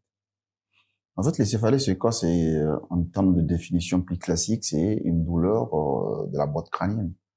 Ok? Donc, une douleur qui se situe au niveau de la boîte crânienne. Donc, ça qu'en termes médicaux, on appelle céphalée. Ok? Maintenant, dans les céphalées, il y a plusieurs types. Est-ce que c'est les céphalées qui sont secondaires à une anomalie du cerveau, bien en tout cas, de l'ensemble de la tête? Ça peut être ça. Ou bien, c'est des céphalées qu'on appelle des céphalées primaires, dont l'origine est multifactorielle et dont l'origine est due à plusieurs facteurs, en fait. Okay? On va prendre les céphalées qu'on appelle secondaires. C'est des céphalées qui sont dues à une anomalie, en tout cas, du cerveau, ou bien de l'encéphale, ou bien en tout cas des dents, je sais pas, une anomalie des yeux, souvent, ça peut être des céphalées. En fait, ces céphalées-là, on les appelle des céphalées secondaires. Ok? Qui sont secondaires à un problème, en tout cas, du cerveau, ou bien de la boîte crânienne, ou bien de l'encéphale, ou bien de la face, en gros. Et ces céphalées-là, on peut les citer, les céphalées qui sont secondaires, souvent, ce qu'on rencontre fréquemment, c'est des céphalées qui sont secondaires à comment on appelle, l'hypertension artérielle, Okay, quand on est hypertendu, souvent on a des céphalées, un peu derrière qu'on appelle des céphalées postérieures. Ok, des céphalées qui sont dues parfois à une tumeur du cerveau, c'est-à-dire que un cancer, si je peux m'exprimer ainsi, du cerveau. Des céphalées qui peuvent être dues souvent aussi à un AVC, en gros, Et bien. vous avez rencontré des cas, par exemple, de céphalées secondaires au cancer? Oui, ça c'est fréquent, ça c'est C'est vraiment. fréquent. Oui, dès que ça peut être le premier signe en général, parce que quand le cancer se développe dans la tête, c'est que le cerveau va commencer à grossir, parce que les cancers c'est un tissu anormal qui va se développer dans le cerveau. Donc quand le cancer grossit, le cerveau aussi va grossir. Et Cette augmentation de pression. donc cette augmentation, ça va s'impacter sur quoi? Sur la boîte crânienne. Donc, le cerveau va commencer à augmenter de volume pour contenir cette masse qui est en train de se développer. Mais il y a les contraintes du crâne. Donc, du coup, il ne peut pas continuer à s'augmenter, à s'enfler. Et du coup, la boîte crânienne va maintenir la pression. Donc, du coup, le cerveau va aller se comprimer sur la boîte crânienne et puis entraîner des maux de tête. Moi, c'est l'un des premiers signes, même d'ailleurs, des cancers ou des tumeurs cérébrales. On dit plus tumeur cérébrale que cancer cérébral. Okay. Maintenant, également aussi, il y a des céphalées qui sont dues souvent d'origine ophtalmologique, souvent les glaucomes ou bien autres maladies ophtalmologiques. Souvent, il y a des céphalées qui sont un peu projetées, des douleurs dentaires qui entraînent des maux de tête. Donc tout ça là, c'est des céphalées secondaires. Il y en a plein, hein. Il y en a plein. On va pas rentrer dans les détails. Maintenant, il y a ce qu'on appelle les céphalées primaires. Ces céphalées primaires-là sont des céphalées dont l'origine est due à plusieurs facteurs. Okay, quand je prends le cas de migraine, c'est quoi la migraine? C'est des céphalées qui se développent chez les adolescents jusqu'à l'âge adulte. Quand on prend les facteurs qui donnent la migraine, d'abord, le premier facteur, en général, c'est des facteurs génétiques. Okay, parce que quand vous prenez chez les migraineurs, il y a beaucoup de migraineurs dont leurs parents, ou bien leurs grands-parents, ou bien dans la famille, il y a de la migraine. Ok? Et on sait que cette migraine-là, elle est plus fréquente chez le sujet de sexe féminin. Ok? Et surtout dans la période du ménarche, ou la période où commencent les règles, donc avec ces troubles hormonaux, tout ça, qui peut provoquer de la migraine. Et également aussi, il y a certains facteurs d'exposition tels que la lumière, le stress, tout ça. C'est en fait tout ça accumulé qui vont entraîner la migraine, qui va se manifester par des douleurs de la moitié du crâne, qui changent de côté. Tantôt aujourd'hui c'est ce côté, après-demain c'est l'autre côté, et qui bat au niveau du tympane, ça va être tic, tic, tic, tic. Souvent avec des nausées, des vomissements, et qui sont surtout aggravés, les maux étaient aggravés souvent par la lumière, par les bruits, également aussi, souvent c'est précédé, la migraine, elle est précédée par des troubles visuels, déjà des gens qui voient des flashs lumineux, parfois une tache noire, quelques minutes ou bien en tout cas moins d'une heure avant le début des maux de tête qu'on appelle aura. Donc migraine avec aura. L'aura, c'est ces troubles sensoriels qu'on a quelques minutes, voire une heure de temps avant le début de migraine. Donc, ça qu'on appelle migraine avec aura. Est-ce que les migraines, de base, c'est un truc dont on doit s'inquiéter? Mais ça peut, de base, c'est pas une maladie grave, c'est une maladie qui est assez bénigne, qu'on peut prendre en charge facilement, qu'on peut diagnostiquer assez facilement, même par en médecine générale. Mais souvent, ce qui va créer les problèmes chez certains patients, il y a la chronicité, que ça devient chronique, donc ça veut dire qu'ils vont faire en un mois, ils vont faire plus de 15 jours de migraine. Et ça va impacter, bien sûr, sur la profession, sur la scolarité, sur leur vie sociale, sur la qualité de vie, en gros. Ok? Et là, ça devient inquiétant. Et il y a certains patients aussi qui deviennent dépendants des médicaments, surtout les médicaments tels que le tramadol, tels que la codéine, qui chronicisent même ces céphalées.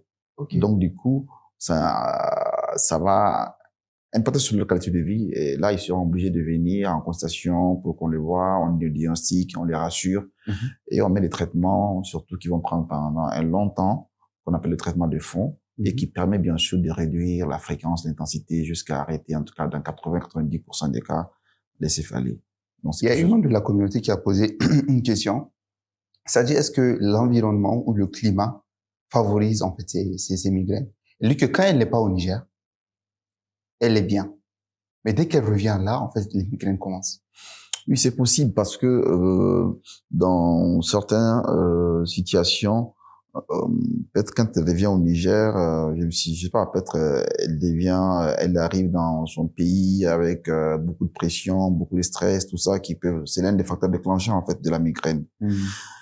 Le climat en tant que tel, j'ai pas de notion dessus. Mais je sais que la chaleur aussi peut. La chaleur. Ouais, la chaleur, ça peut augmenter ou bien ça peut amener bien sûr de provoquer la migraine. Bon, chez les patients qui sont déjà connus migraineux, parce que quand on sort dans la lumière, il y a le soleil qui est intense et du coup ça va impacter, ça va entraîner bien sûr déclencher les crises migraineuses, ce qu'on appelle la photophobie. Ok, voilà. Est-ce qu'il est possible de guérir de ça? En gros, la migraine, c'est possible de calmer dans 90% des cas que ça finisse, mais ça peut revenir à tout moment. En général, les gens vivent avec ça toute leur vie s'ils sont migraineuses, mais chacun a sa fréquence, sa manière, ou bien sa maladie, l'évolution de l'histoire naturelle de sa maladie. Mais quand ça devient chronique ou bien quand ça impacte sur la qualité de vie, il y a des médicaments qu'on peut mettre et qui finissent carrément les douleurs, la semaine des douleurs, qu'on peut arrêter ces médicaments, qu'on ait une bonne vie, une qualité de vie assez stable. Mais parfois, ça peut revenir après une dizaine d'années. J'ai vu des migraineux qui sont 10 ans, ils n'ont pas fait de migraine, mais après, à l'âge de 60 ans, ils ont développé la migraine. Mais ça revient. Mais dans ce genre de situation, il faut d'abord éliminer une autre cause avant de dire que c'est la migraine. Voilà. Il faut d'abord faire une imagerie cérébrale, voir le cerveau, espérer pas d'autres lésions pour éliminer, bien sûr, une cause secondaire. Et en ce moment, si on élimine une cause secondaire et que tous les critères répondent aux critères de migraine, en ce moment, on pose le diagnostic de migraine.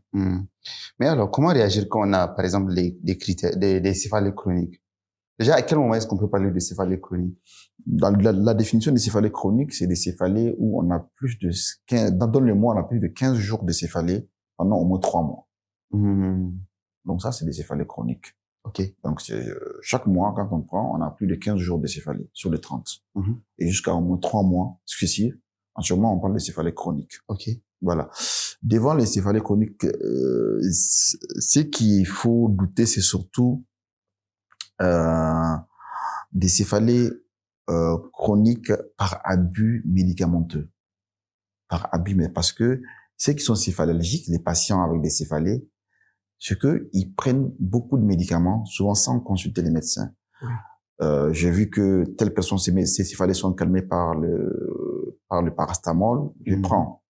Ok, j'ai vu que telle personne s'est calmée par l'ibuprofène, par exemple. L'ibuprofène, je prends. Ok, ça n'a pas de souci, c'est le palier 1. Maintenant, quand on va à un deuxième niveau de traitement antalgique contre la douleur, là, on va sur les produits tels que le tramadol, la codéine ou autres. En ce moment, ces médicaments sont tellement dangereux parce que ça te crée une dépendance. Et c'est un facteur aussi qui aggrave la chronicité des céphalées. En tout cas, les céphalées primaires, les céphalées d'origine primaire. OK? Pourquoi? Parce que quand on prend les médicaments, genre la codéine ou bien le tramadol, on prend de petites doses au début. Au fur et à mesure, ça ne va plus suffire. Je monte la dose. Ça va plus suffire. Je monte encore.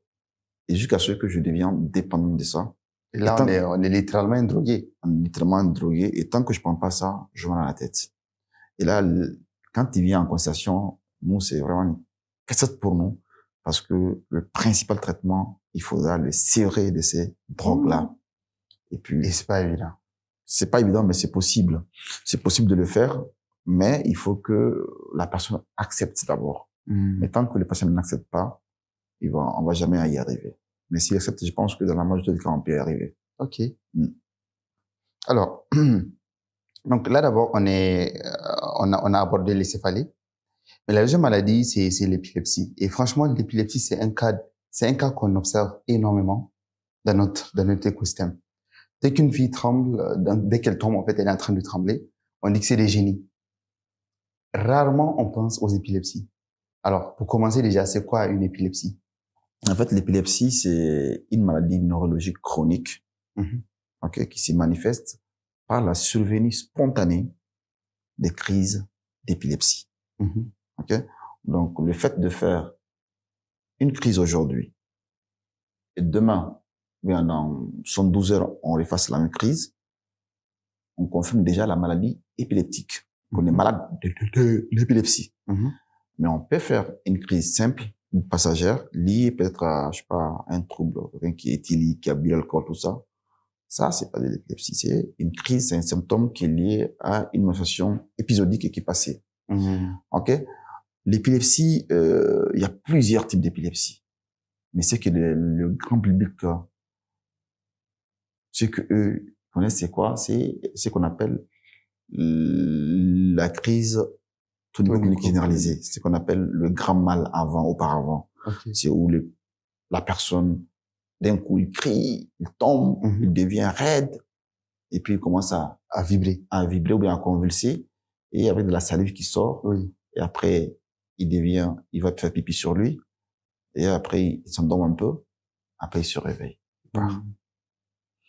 Pour les gens, en tout cas pour notre société au Niger, dans la majorité, en tout cas des traditions, c'est surtout lié au mauvais sort, au djinn, au shaitan, quand ça revient dans la médecine prophétique. Mais quand on va dans les traditions classiques, on va dire que c'est lié surtout au mauvais sort, ou bien quelqu'un t'a jeté un sort, un truc comme ça. Vraiment, ça n'a rien. Il y a un génie qui te poursuit. Il y a un génie qui te poursuit, mais ça n'a rien de ça. L'épilepsie est 100% une maladie neurologique. Mais qu'est-ce qui se passe dans notre tête? En gros, c'est quoi? C'est comme si vous avez dans le cerveau, vous savez qu'il y a des milliards de neurones qui s'interconnectent entre eux. C'est comme des fils qui se connectent. Ok. Donc, quand il y a deux grands systèmes, un système excitateur, un système qui excite le cerveau, et un système qui stabilise. Ok. Maintenant, souvent, avec les anomalies cérébrales ou avec des problèmes, la fièvre ou bien autres, des tumeurs, des AVC, ça va créer un déséquilibre entre ces deux systèmes-là. Ok? Donc, dès qu'il y a ce déséquilibre dans ces deux systèmes-là, ça crée un court-circuit. C'est comme s'il y a un court-circuit, une masse au niveau des connexions-là. Dans la tête? Dans la tête. Cette masse-là qui va entraîner les crises. Ça dépend de quelle partie du cerveau où se développe cette masse-là.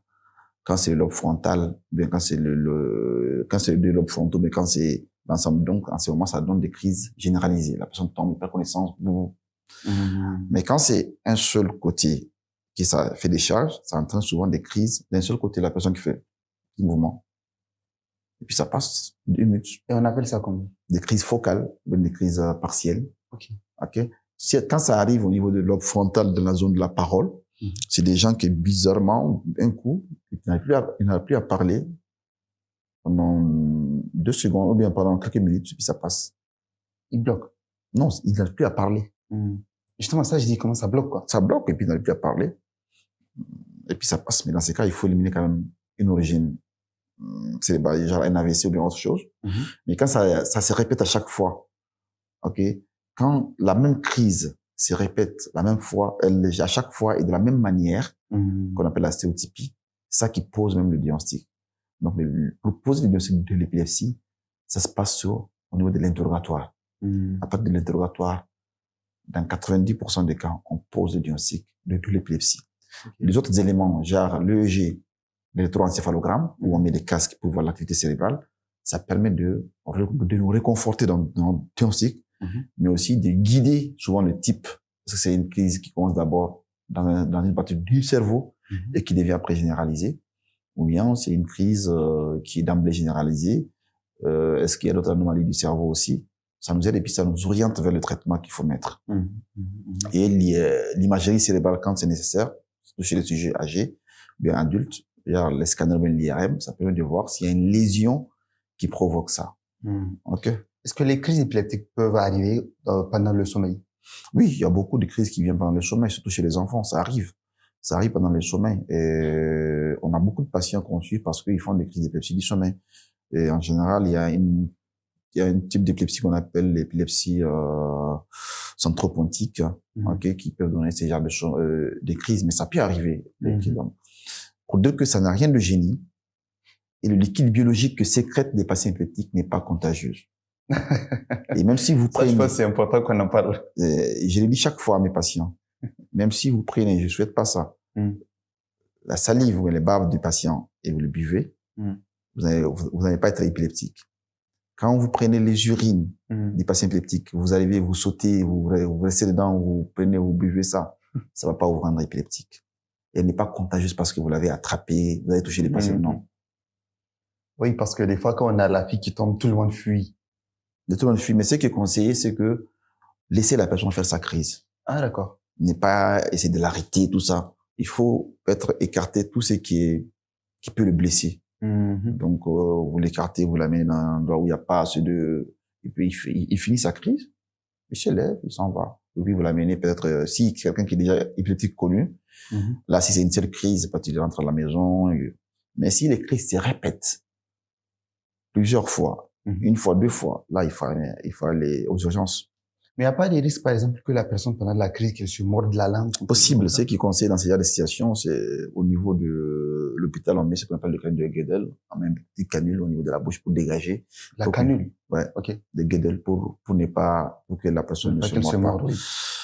Maintenant, en situation classique, je pense que vous laissez surtout ne pas mettre la main dans la bouche. Parce qu'il y a des pays où je pense c'était en Côte d'Ivoire quand j'étais là-bas, il y a des patients qui disent non, mais je mets ma main dans la bouche.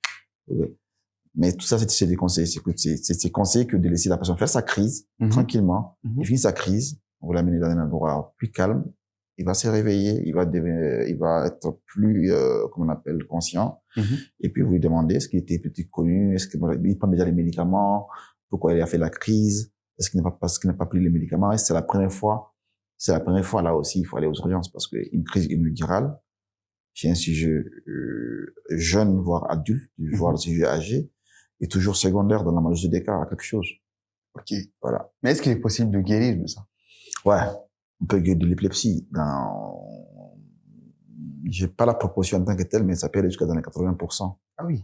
Voire 90% des patients qui sont guéris de l'épilepsie. Mais il y a des épilepsies réfractaires qui sont pharmacodépendants, pharmacorésistants, où toute la vie tu vas prendre des médicaments. OK?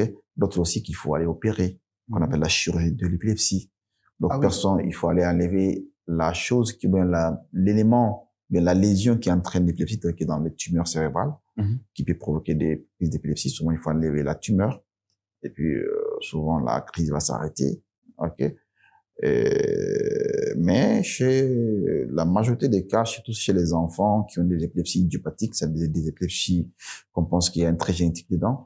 Chez ces personnes-là, vraiment, ils guérissent rapidement, mais il faut un traitement d'au moins 2 ans minimum, que l'enfant ne fasse pas de crise pendant au moins 2 ans, et qu'on refasse les transférogrammes. On voit que les anomalies épileptiques sont parties, sont effacées. En ce moment, on arrête les médicaments sur 2 à 3 mois, parfois jusqu'à 6 mois. Et d'office, on peut guérir. On peut guérir de l'épilepsie. OK. Mais certaines situations, il y a certains cas où ça devient résistant. Mais dans la majorité des cas, on guérit de l'épilepsie. OK. Surtout chez l'épilepsie chez les enfants. Mais j'aimerais quand même qu'on aborde, avant de finir, l'AVC. L'AVC, c'est une maladie. En fait, les gens pensent connaître ce qu'est l'AVC, mais en réalité, ils ne le savent pas. Il y a des gens qui pensent que l'AVC, ça ne concerne que les anciens. C'est-à-dire, il y a que les personnes âgées qui peuvent faire un AVC. Il y a des gens qui pensent que quand tu fais un AVC, c'est ton cœur qui s'arrête. Il y a des gens qui pensent que l'AVC, dès que tu as un AVC, c'est la mort. Alors, vous êtes neurologue. C'est quoi un AVC pour commencer? Et ensuite, on va continuer avec d'autres questions. En fait, c'est quoi un AVC? On appelle ça accident vasculaire cérébral. Donc, quand on parle d'accident, c'est quelque chose qui arrive sans qu'on prévoie. Donc, ça arrive brutalement. C'est comme si on conduit, on tape notre voiture. On connaît une voiture devant vous. C'est brutal. C'est ça. Donc, l'AVC, c'est la survenue brutale, bien sûr, de l'interruption de la circulation sanguine dans une partie du cerveau. Ok. Donc, brutalement, quelque chose va bloquer la circulation sanguine dans le cerveau, dans une partie du cerveau. Soit, il y a un caillot de sang qui a quitté quelque part dans le corps et qui est parti boucher cette artère. Donc, du coup, le sang n'arrive plus dans cette zone. Et on sait que c'est le sang qui apporte l'oxygène, Oui. qui apporte le nutriment. Donc, ces neurones-là qui sont vascularisés par cette artère ne respirent plus. Donc, quand on respire plus, on meurt. C'est ça. Donc, c'est la même chose aussi. Donc, cette partie du cerveau, là, ça va mourir en quelque sorte. En tout cas, si ça n'a pas été pris en charge tôt, ça risque de mourir. Également aussi, le second type d'AVC, c'est quand cette partie du cerveau, ou bien cette artère du cerveau va se déchirer, va se rompre, et il y a du sang qui va se verser dans le cerveau. Donc ça, on appelle ça AVC hémorragique. Mais le premier type, c'est quoi? C'est quand l'artère est occluse, bouchée, en un mot. On appelle ça AVC ischémique. C'est bon? Mais alors, est-ce qu'il y a vraiment que les vieux qui peuvent faire un AVC? Même un enfant de 1 an peut faire un AVC. 1 an. 1 an, 2 ans, 3 ans, ça dépend. Mais quand même, on a beaucoup de cas de plus en plus en Afrique, en tout cas, ou bien dans le monde, où ça arrive de plus en plus chez les jeunes. Mais quand on prend ce qu'on appelle les facteurs de risque cardiovasculaire, quels sont les facteurs qui exposent quelqu'un à faire un AVC? Ok. Parmi ces facteurs-là, il y a d'abord l'âge. L'âge après 55 ans. Mais on va pas dire que ceux qui ont moins de 55 ans ne peuvent pas faire un AVC. Il y en a plein. Dans les services, j'ai des 30 ans qui ont fait des AVC. 30 ans. Oui. OK. Maintenant, après l'âge, il y a le sexe. Nous, les hommes, on fait plus d'AVC que les femmes, nos sœurs. Voilà. Et également aussi, il y a l'hypertension artérielle. OK. Quelqu'un qui est hypertendu a plus de risque de faire un AVC. Il y a le diabète. OK.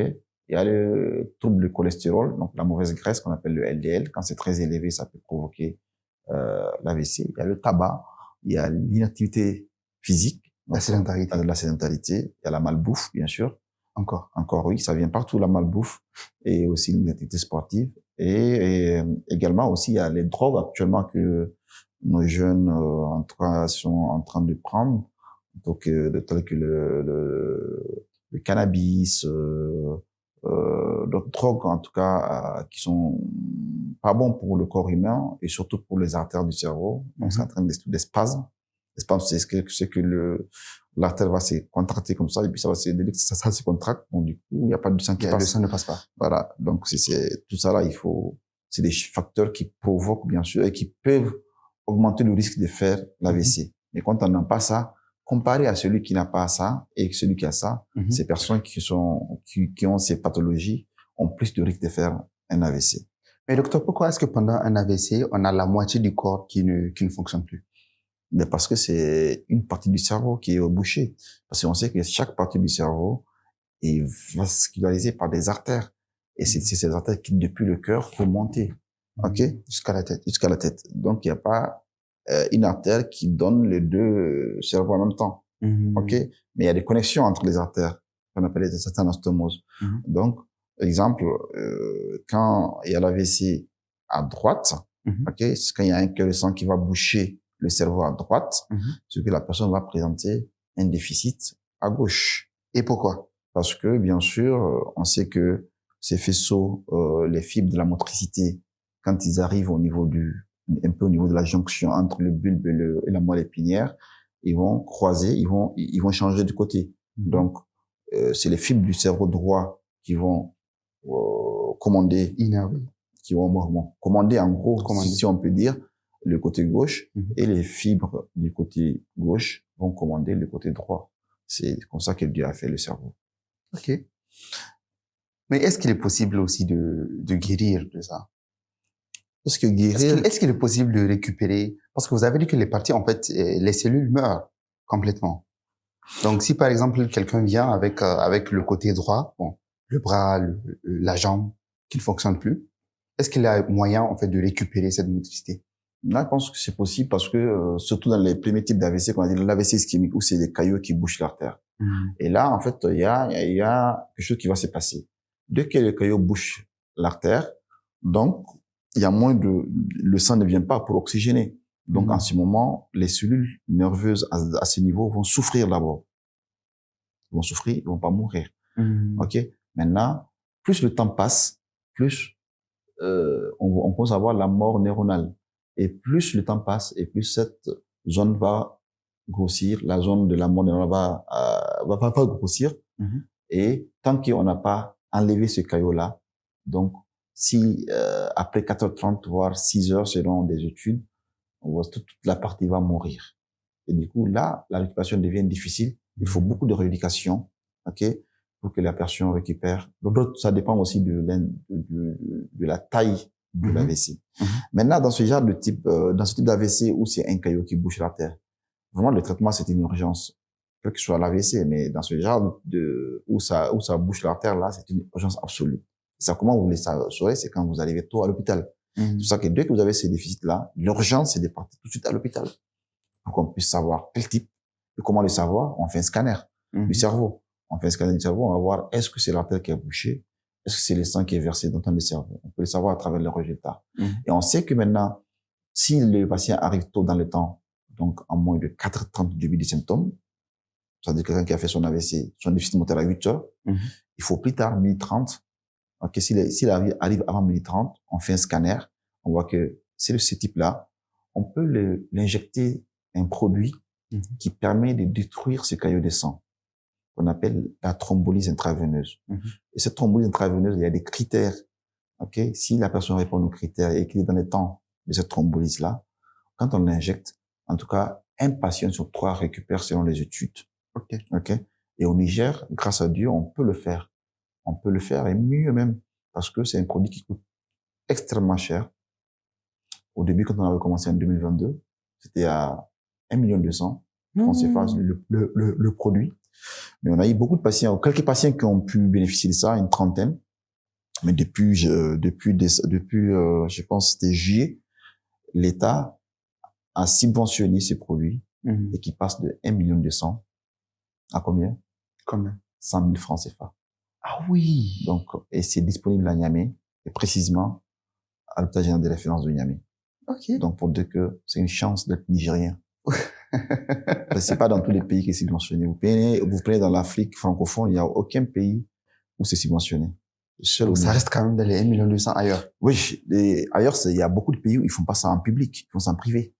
Qu'en privé. Et nous, la chance qu'on a, on le fait en public. Et en plus, l'État l'a subventionné. Wow. Donc, merci au gouvernement du Niger. Et le deuxième traitement, dans ce genre de situation, souvent, quand c'est des gros caillots qui bouchent l'artère, on sait que même si on injecte ces produits, ça va pas dissoudre les caillots.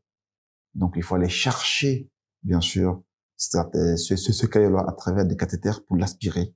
Donc, on l'amène au bloc d'angiographie où on met des cathéters, des petits tuyaux qu'on met dans l'artère ici fémorale, et on monte. Et avec des stents, c'est quoi les stents? C'est comme si c'est comment on appelle, de grillage façon. On piège le caillot et on l'aspire pour le retirer et puis il y aura une révascularisation. Et là, tout répand. Et là, tout va répandre. Ce deuxième traitement, c'est encore possible au Niger. Mais ça coûte encore plus cher. Environ 3 millions actuellement. Et juste là, on a eu 0 cas parce que quand on propose aux patients, il n'a pas les moyens. C'est ça. Donc, on a les consommables pour le faire. On a la capacité, bien sûr, humaine pour le faire, la technique pour le faire. On a les blocs qu'il faut. Mais, même si tu proposes aux patients, vu le coût, on a peur que nos matériels qu'on a à la référence périment. C'est ça, plutôt. Oui. Parce qu'ils vont expirer peut-être dans 6 mois, 7 mois, alors qu'on l'avait depuis 8 mois comme ça, mais 9 mois qu'on avait reçu. Voilà. Donc, j'appelle encore une fois de plus l'État du Niger pour nous aider dans ce sens, afin que ça soit pris en charge par l'État et qu'on puisse aider plus de Nigériens. Et la chance que cette thrombectomie, on peut le faire jusqu'à 24 heures. Donc, le patient, jusqu'à 24 heures, il peut bénéficier de cette thrombectomie-là. Alors que dans la thrombolyse, c'est seulement à 4h30. Oui. OK? Donc, il y aura plus de patients qui vont plus bénéficier de la thrombectomie que de la thrombolyse. Et souvent, ces deux sont couplés. Dans certains cas, on fait thrombolyse plus thrombectomie. OK. Ouais. Mais quand même, pour éviter quand même de décaisser 3 millions de sa poche, je pense que tout passe par la prévention. Bien sûr, la prévention, on dit prévenir vaut mieux que guérir. Mm-hmm. Donc, dans la prévention de l'AVC, il y a 6 éléments à tenir compte. C'est quoi? Le premier élément, c'est surtout contrôler sa tension. Mm-hmm. Contrôler sa tension. On est jeune, je suis d'accord. Même pour nous autres là qui n'avons rien. Oui, 30 ans, mais ce qui est conseillé, c'est chaque 2-3 mois, je pars à la pharmacie, je m'assois bien dans un cabinet médical, je m'assois pendant 5-10 minutes, je dis bon, contrôle ma tension, mais contrôle ma tension, c'est bon, et puis je continue ma vie. Ok. Ça peut sauver des vies. Donc le contrôle régulier de la tension, même si on n'a rien, même si on n'a rien, on doit contrôler sa tension au moins une fois par trimestre. C'est vraiment donc une fois chaque 3 mois. C'est conseillé. Ok. Parce que quand on prend beaucoup de patients qui viennent pour des AVC, hier soir, j'ai reçu un patient de 37 ans qui a fait un AVC hémorragique. Et il serait hypertendu, mais probablement méconnu. Il savait pas qu'il était hypertendu. Et il y en a plein comme ça dans la vie. D'où, quand on fait des dépistages, on saura qu'on est hypertendu, on va prendre les médicaments qu'il faut et on va diminuer le risque de faire un AVC. Ok. Ça, c'est la première des choses. La deuxième chose, c'est le contrôle de la glycémie. Pour ne pas être diabétique, parce qu'on peut être diabétique sans le savoir. On a des signes, mais on ne connaît pas les signes. Donc, au moins, dans les 6 mois, voire une fois par an, on doit contrôler la glycémie, et puis voilà. OK? Pour savoir est-ce qu'on est diabétique ou pas. OK? La troisième des choses, c'est quoi? C'est le contrôle du taux de cholestérol. Le taux de la mauvaise graisse, si je peux m'exprimer ainsi, on appelle le LDL. OK? C'est la mauvaise graisse. Et on sait que quand ce taux est élevé, c'est associé bien sûr à un risque accru de faire des maladies cardiovasculaires telles que l'AVC, mais aussi l'infarctus du myocarde, ce qu'on appelle la crise cardiaque.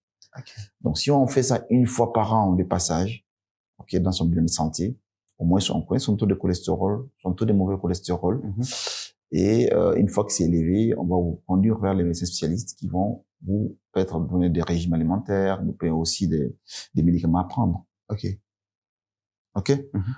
La quatrième des choses, c'est surtout l'activité physique régulière. Ça revient tout le temps. Parce que c'est la base. Ça protège contre beaucoup de maladies. Non seulement du cerveau, de la moelle épinière, mais aussi du cœur, de l'estomac, je sais pas, de partout, de tout le corps, en fait. OK? L'activité physique. Donc, ce qui est conseillé, c'est vraiment une activité régulière.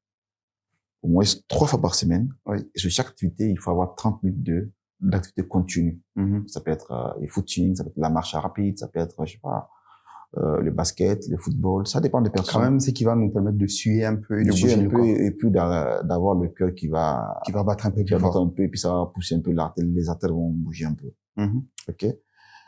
Et la 5e des choses, c'est éviter le tabac. OK. Le tabac, pourquoi? Parce que le tabac, ça fragilise les artères. Ça fragilise les artères et quand ça fragilise les artères, ça va entraîner une lésion artérielle. Et sur ça, vont se déposer, bien sûr, ce qu'on appelle les plaques d'athérome, c'est les mauvais cholestérol qui vont venir se déposer. C'est comme si vous déposez de la graisse dans le frigo. Ça devient dur. C'est la même chose. Et ça devient dur dans les artères. Et les artères, c'est des petites lumières où passe le sang. Donc, du coup, ça peut boucher soit l'artère. Parfois, quand le sang vient avec pression, ça peut détacher un petit élément au niveau de cette plaque-là pour aller boucher. Dans la tête. Dans la tête ou bien dans le cœur aussi. C'est possible. OK? Et aussi, en 6e position, c'est l'alcool. L'alcool, avant, on disait que ça protégeait le vin rouge, on les prend après le repas, un petit verre, vite fait. Mais vraiment, de plus en plus, les études sortent pour montrer que celui qui consomme pas du tout l'alcool, et celui qui consomme l'alcool, quand on a fait des études sur des années, on a montré scientifiquement que celui qui consomme régulièrement l'alcool, en tout cas, quel que soit, même si c'est un vin qu'il prend par jour, a plus de risque de développer les maladies, en tout cas cardiovasculaires, du cœur et du cerveau, telles que les AVC, l'infarctus du myocarde ou bien autres maladies cardiovasculaires. Donc, c'est clair, mais c'est bien établi. Je pense qu'avant, c'était pour la promotion des vins, tout ça. Maintenant, c'est clair et net, les études sont claires dessus. Ça dépend des personnes, mais religieusement, historiquement, c'est interdit de boire. OK? Mais bon, ce qui est conseillé aussi par la science, c'est de ne pas boire. Mais vous allez avoir encore des études qui vont montrer que non, il y a un petit bénéfice, tout ça. Je pense que maintenant c'est clair et net, il faut arrêter. Quelle que soit la quantité, en fait, Quelle que soit la quantité, tant que c'est régulier, Mhm. ok, tant que c'est régulier et ça va, ok, ça va entraîner bien sûr les maladies cardiovasculaires ou bien d'autres maladies neurologiques, Mhm. ok. Mhm. Et en dernière position, je pense que j'ai cité les 6, On a déjà cité les 18. mais aussi il faut tout ce qui est toxique pour l'organisme, les drogues. Les drogues. Et je pense que la jeunesse actuelle vraiment Malheureusement, c'est un problème depuis les qu'on va années, de manière ouais, un je peu pense, plus je pense fréquente. depuis notre génération, ouais, dans les années 2000, 87, 2000, Mm. et ça a commencé. Maintenant, je pense encore, c'est encore plus cette génération, c'est Maintenant, encore plus que nous. Et je pense que ça va venir encore plus que ceux-là qui sont là, ceux qui vont venir vont être encore pire. Mhm. Je pense qu'il faut des sensibilisations du ministère de la Santé à travers les médias, le contact avec la jeunesse. Mhm. Empêcher, bien sûr, l'arrivée de ces drogues-là Mhm. dans notre pays, mais aussi sur le continent. Même si c'est difficile, c'est hyper difficile, mais c'est possible, je pense. Il faudra se battre encore pour que ces drogues-là n'arrivent pas. Et la jeunesse actuelle, je pense qu'ils sont plus dans la drogue liquide maintenant. Liquide, genre un peu de, vous voyez les jeunes souvent avec des bidons bleus, bidons avec du liquide bleu. Quand vous les regardez, c'est la drogue, c'est des comment on appelle, des neuroleptiques qui sont dedans, des anti-allergiques intenses, de la codéine en sirop, qui mettent pour mélanger avec d'autres choses.